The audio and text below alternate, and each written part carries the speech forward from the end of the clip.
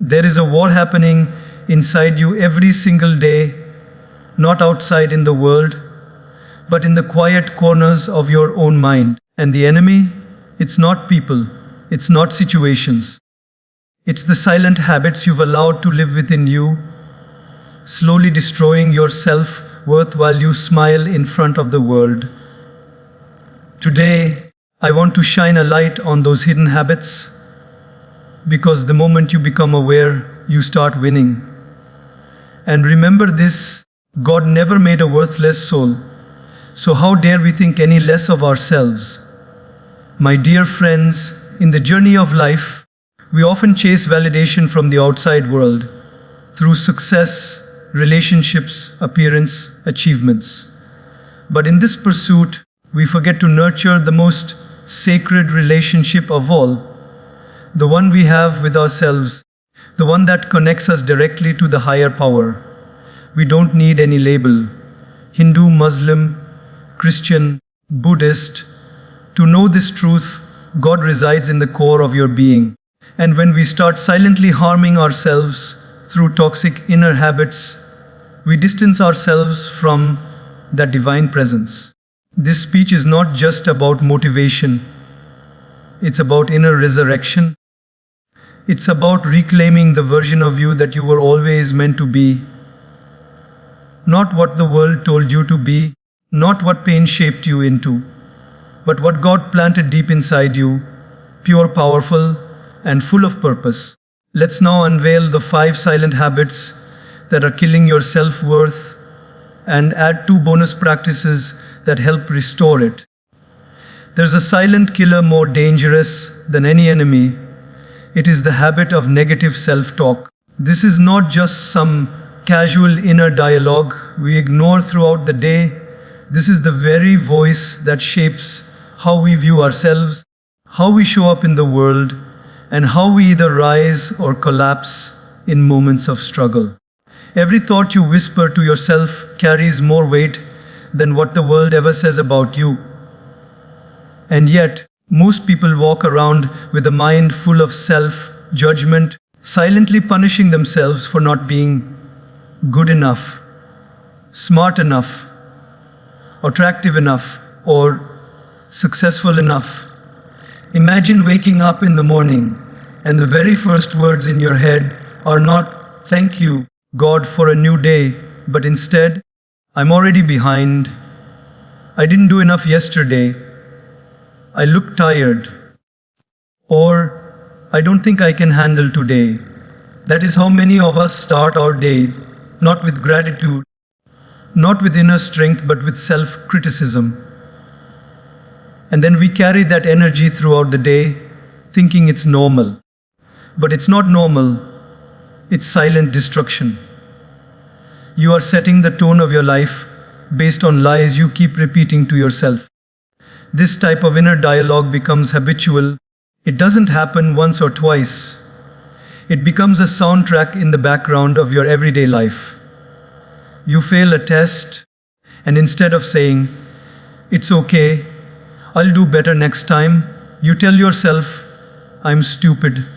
You don't get a job, and instead of thinking, "It wasn't meant for me," you think, "I'm not capable."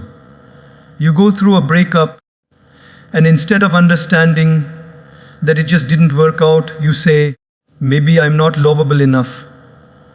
Every time you choose self-blame over self-understanding, you weaken your relationship with yourself.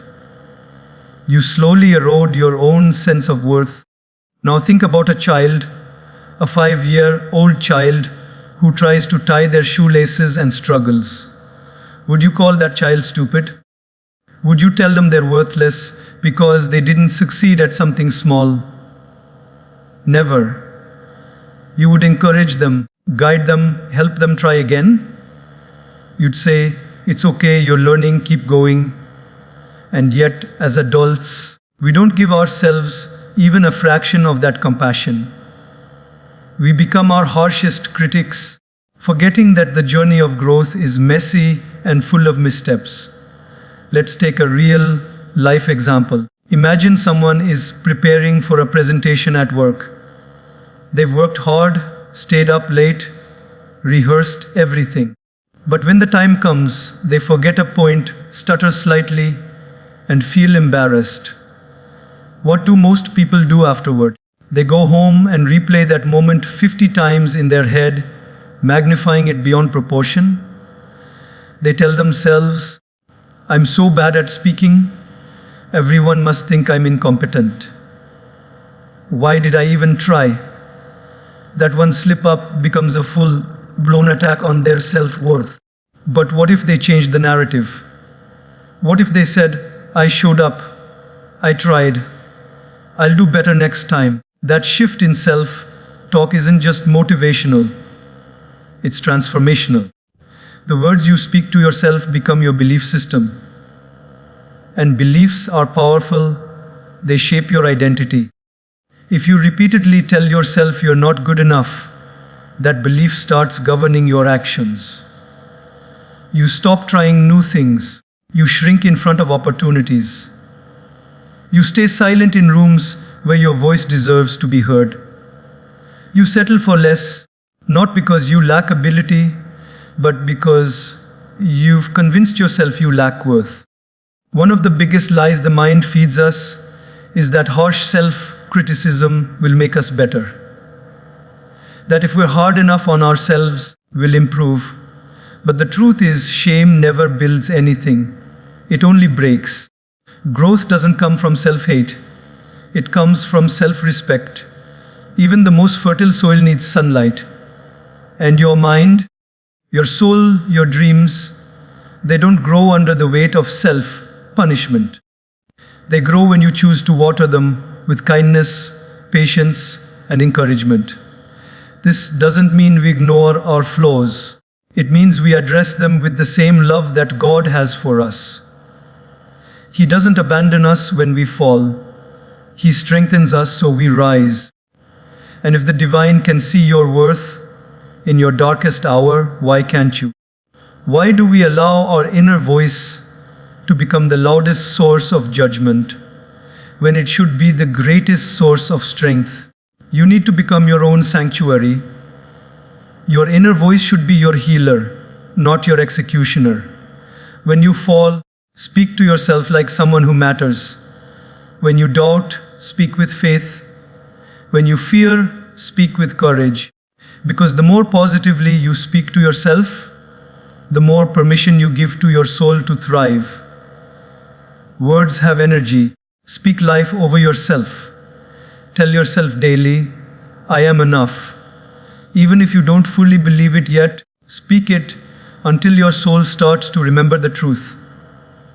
In the quiet hours of your day, where no one is watching and no audience is applauding, that's where your self-worth is either built or broken. Choose to build. And remember, God did not place you on this earth to be your own enemy. You are not here to break yourself down. You are here to rise. Start within. Speak with love. Speak with faith. Speak like someone created by a power higher than doubt. ChatGPT said, comparison is one of the most subtle yet deeply damaging habits we develop, often without realizing it. It starts so quietly. Maybe you scroll through your phone and see someone on a beach, smiling, looking perfect. You look at their success, their beauty, their lifestyle, and suddenly your own life feels smaller. You were feeling okay a moment ago. But now there's a voice whispering in your head, why don't I have that? Why don't I look like that? Why am I so far behind? This is how comparison begins. Not as a choice, but as a reaction. And if not controlled, it becomes a prison you live in every single day. This habit is silent because it doesn't scream. It whispers. It doesn't destroy you all at once. It eats you piece by piece. You start questioning your own blessings. You begin overlooking your own progress. And soon, you start living a life based on someone else's highlight reel. The result? You lose connection with your own journey. You forget who you are and what you're here for. That is how self-worth dies. when you measure your value through someone else's reflection.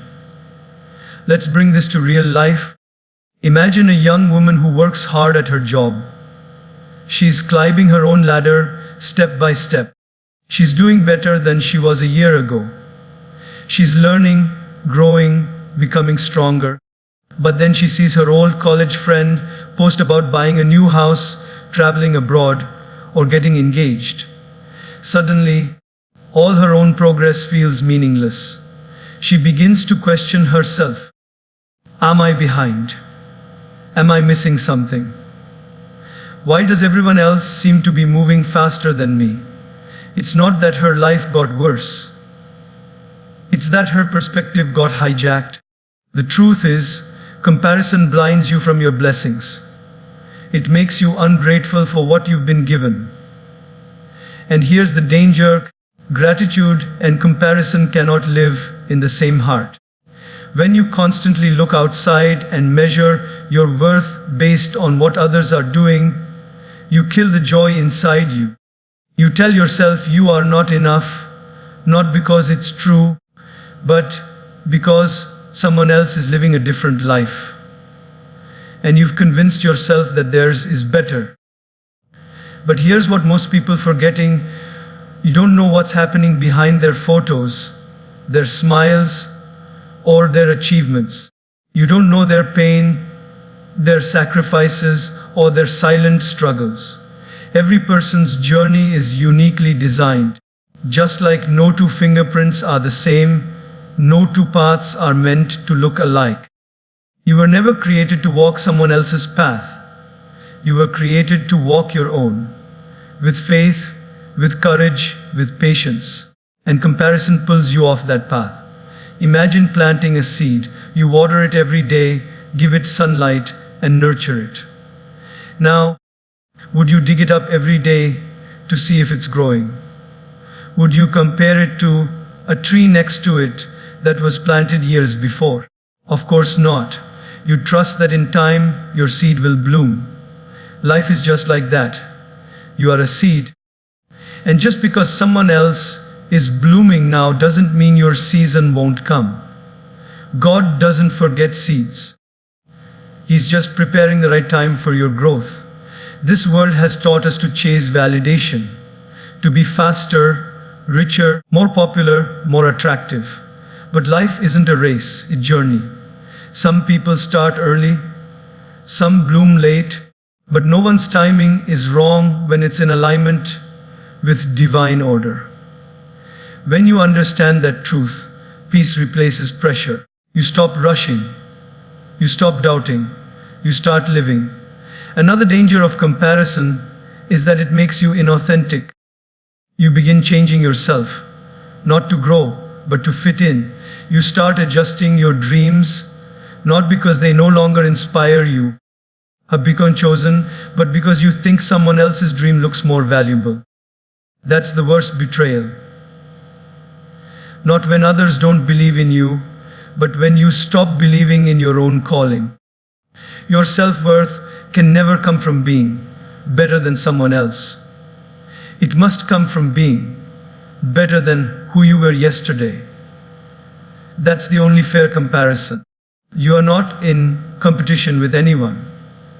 You are not here to prove your worth through someone else's pace. The only person you are meant to rise above is the old version of you.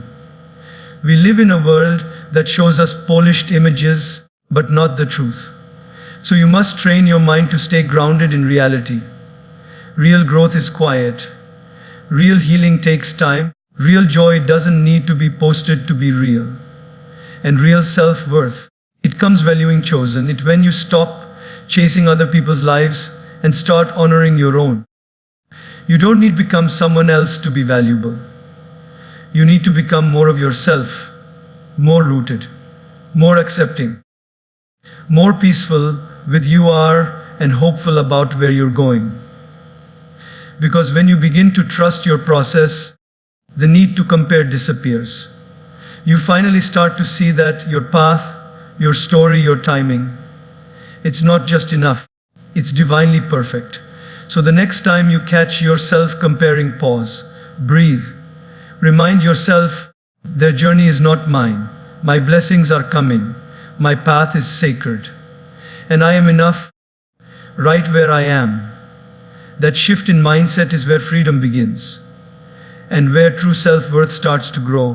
One of the most overlooked and quietly damaging habits is the inability to forgive yourself. It sounds simple, maybe even obvious, but most people don't realize how deeply they are carrying guilt, shame, and regret within themselves. This habit doesn't always show up with loud voices or dramatic breakdowns. Sometimes it's in the silence, in the quiet sighs, in the way we avoid mirrors, in the way we downplay our potential. We punish ourselves quietly by holding on to things we should have released long ago. We all make mistakes. That is part of being human. But the problem begins when those mistakes become permanent definitions in our minds. You may have failed once and now label yourself a failure. You may have hurt someone and now believe you're a bad person. You may have taken a wrong turn in life and now feel permanently disqualified from happiness. But here's the truth. One chapter is not the whole book. You are not your worst day. You are not your darkest moment. But if you never learn to forgive yourself, you trap your soul in a prison built by your own hands. Think about it like this. Imagine carrying a heavy backpack filled with stones. Each stone represents a moment you haven't forgiven yourself for. A mistake, a regret, a bad decision, a lost opportunity. At first, you may not even feel the weight. You may think you've moved on. But as time passes, that backpack gets heavier. It begins to slow you down. You wonder why you feel tired, uninspired, unmotivated. You start questioning your worth. But the truth is, it's not your potential that's the problem. It's the weight you refuse to put down. Now take a moment and ask yourself, what are you still holding on to? That one thing you never told anyone. That one decision that still haunts you. That one time you disappointed yourself so badly, you decided you weren't worthy anymore. Those are the wounds that fester in silence. And until you release them, they control you. They color the way you see the world. They shape the way you love yourself.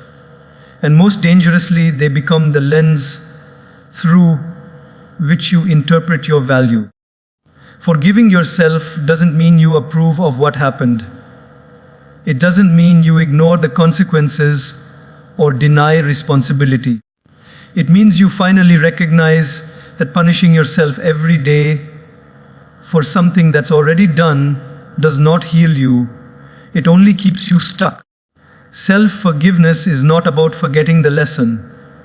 It's about setting your spirit free to grow beyond the mistake. Let's bring this into a relatable example. Imagine a man who made a bad financial decision. Maybe he invested in something without thinking, lost money, and put his family in a difficult position. Years go by. He recovers financially, but emotionally, he's still broken. Every time he thinks of dreaming big again, he remembers that failure. Every time someone tells him he's capable, he doubts it. Why? Because he has not forgiven himself. He wears his mistake like a scarlet letter on his chest, forgetting that the same mistake taught him wisdom he didn't have before. That wisdom is now a tool. But he cannot use it because he still sees it as a wound. This is the tragedy of unforgiveness. It doesn't just hurt us, it freezes us. It prevents us from stepping into the new version of ourselves that's already waiting on the other side of self-compassion. God, in all His wisdom, does not hold our mistakes over us the way we do. The divine design of life is built on growth, not condemnation. If the higher power believes in your ability to rise again, who are you not to? Self-forgiveness also teaches us humility. It reminds us that we are not perfect, and that's okay. We will fall. we will disappoint ourselves. But the beauty lies in rising again, this time stronger, this time softer, this time wiser. When you forgive yourself, you don't become weak. You become powerful. You reclaim the energy you were using to hate yourself and redirect it toward rebuilding your life. Think of a cracked pot that holds water. Most would throw it away. But in some cultures, those cracks are filled with gold to show that the vessel, once broken, is now more beautiful because of what it's been through. That is what forgiveness does. It fills your cracks with grace. It doesn't erase your past. It transforms it into something sacred. You deserve that kind of transformation. You deserve to look in the mirror and no longer see the version of you that failed. You deserve to see someone who fought to rise, someone who stumbled but kept walking, someone who finally stopped living in punishment and started living in purpose. So, if you are carrying the weight of your past, let today be the day you put it down. Close your eyes, breathe deep, and whisper to yourself, I did the best I could with what I knew then. I'm learning, I'm growing, and I forgive myself. You may cry, you may feel resistance. That's okay. Healing isn't about perfection, it's about progress. One layer at a time. And remember this, God never created you to live in shame. You are not your mistake, you are the miracle rising from it. Let that miracle breathe, let it shine, let it live.